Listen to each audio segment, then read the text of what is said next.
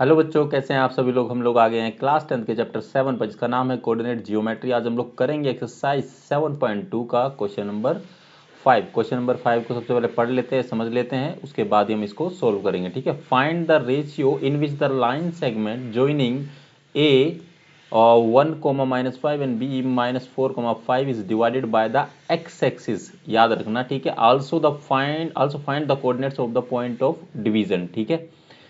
हमको रेशियो भी निकालना है और जो इसको डिवाइड कर रहा है उसके भी कोऑर्डिनेट्स निकालने हैं। मतलब एक पॉइंट आपका ये है, ठीक है, और एक पॉइंट आपका ये है, ठीक है। तो मान लीजिए इसको ज्वाइन कर लेते हैं बच्चों। ये हम ज्वाइन कर लिया हमने ए पॉइंट को। ये हमारा ए पॉइंट है, ये हमारा बी पॉइंट है ना। और एक पॉइंट यहाँ पर इसको ऐसे कट कर रहा है, जिसको हम लोग सी मान लेते हैं। और उसकी वैल्यू जो है, देखो बच्चों, डिवाइडेड बाय एक्स एक्सिस। अगर एक्स एक्सिस से डिवाइड कर रहा है तो उसकी दूसरी वैल्यू क्या हो जाएगी, ज़ीरो हो जाएगी, वाई की वैल्यू। अगर वाई एक्सिस से होता तो एक्स की वैल्यू ज़ीरो हम लोग मान लेते हैं यहाँ पर, ठीक है।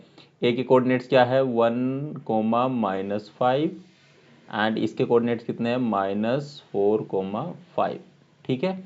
और ये हमें रेशियो निकालना है। लास्ट क्वेश्चन में जैसे हमने किया था सेम सेम तरीके से करेंगे। इसको के मान लेते हैं और इसको 1 मान लेते हैं, ठीक है।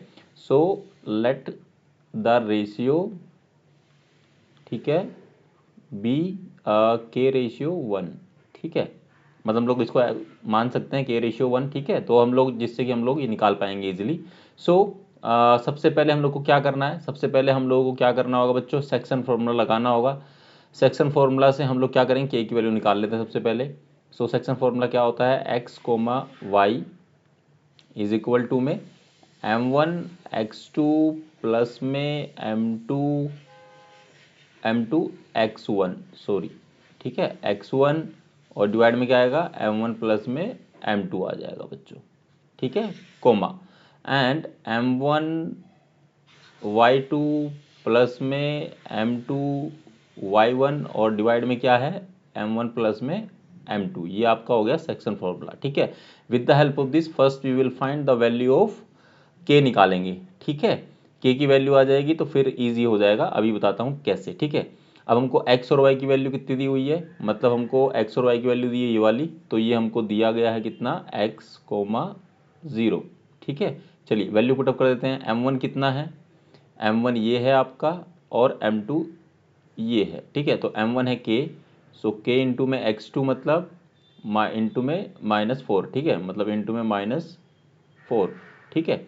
एंड प्लस में आपका क्या है, m2 कितना है, 1 है, 1 इंटू में कितना है, x1 इंटू में 1 है, ठीक है। तो डिवाइड में कितना आ जाएगा, k प्लस में 1 आ जाएगा। m1 की वैल्यू k है, इसकी वैल्यू 1 है, ठीक है। तो m1 कितना है यहाँ पर, अगेन k है, k इंटू में y2 मतलब 5, ठीक है, प्लस में, ठीक है, प्लस में m2 कितना है, m2 का 1 है, इंटू में y1, सो ये हो जाएगा आपका -5, ठीक है बच्चों, डिवाइड में k प्लस में 1, ठीक है। अब हमारे पास ये आ गया।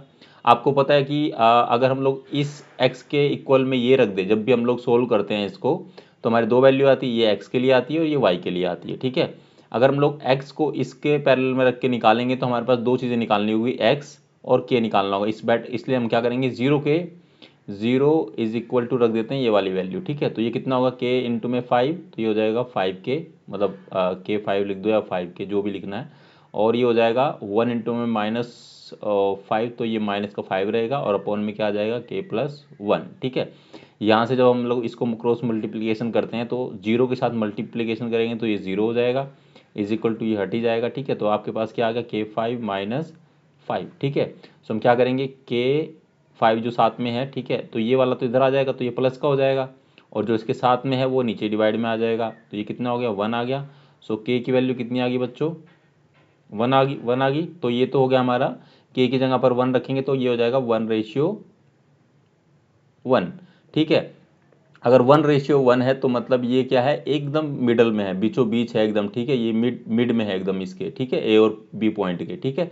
तो ए का आंसर तो हमारा ये आ गया। अब हमको निकालना है क्या, एक्स की वैल्यू निकालनी है। तो क्या करेंगे बच्चों, अगर ये एकदम बीच में है, मिडल में है, तो हम लोग मिड पॉइंट का सेक्शन फॉर्मूला लगा देते हैं, जो कि क्या होता है, एक्स कोमा वाई, क्या होता है जल्दी से बताओ, x1 प्लस में x2 बाय में 2, ठीक है, कोमा y1 प्लस में y2 और डिवाइड में 2। ठीक है बच्चों। सो यहाँ से हम निकालेंगे x1 की वैल्यू कितनी है, ये आपकी 1 है, x2 की वैल्यू कितनी है -4 है, ठीक है, डिवाइड में कितना है, ये आपका 2 है, y1 की वैल्यू कितनी है -5 है, ठीक है, और इसकी वैल्यू कितनी है +5 है, डिवाइड बाय 2। ठीक है, इसको फर्दर सोल्व कर लो तो ये बचेगा -3, इधर बचेगा 2, और ये -5 ये +5 तो 0 आएगा, 0 को 2 से डिवाइड करेंगे तो वो फिर भी 0 रहेगा, तो आपका आंसर आ गया। ठीक है, जो हमको निकालना था यहाँ पर c। ठीक है, तो c की वैल्यू कितनी आ गई बच्चों -3, वो तो पहले से ही 0 था, जो 0 आना ही था। ठीक है, तो ये आ गया -3/2 और 0। ठीक है बच्चों, आई होप कि आपको समझ में आया होगा। ठीक है बच्चों, इसी के साथ क्वेश्चन नंबर 5 एक्सरसाइज 7.2 का समाप्त होता है। इस क्वेश्चन में कोई भी क्वेरी, कोई समस्या, कोई परेशानी है तो कमेंट सेक्शन में ज़रूर पूछे। वीडियो समझ में आई तो कमेंट सेक्शन में ज़रूर बताइए कि सर ये समझ में आया। अगर कोई डाउट है, ठीक है, तो आप पूछ सकते हैं। इसके अलावा भी किसी भी क्वेश्चन में डाउट है, अगर आपके एग्ज़ाम आ रहे हैं जो मिड टर्म एग्ज़ाम आते हैं या फिर क्लास टेस्ट होते हैं आपके, अगर आने वाले हैं, तो अगर कोई क्वेश्चन आपको पूछना है किसी भी एक्सरसाइज में से, किसी भी चैप्टर में से, तो आप पूछ सकते हैं। I will try my best to help you, and आपके सभी कमेंट्स का रिप्लाई आपको मिलता ही है ना।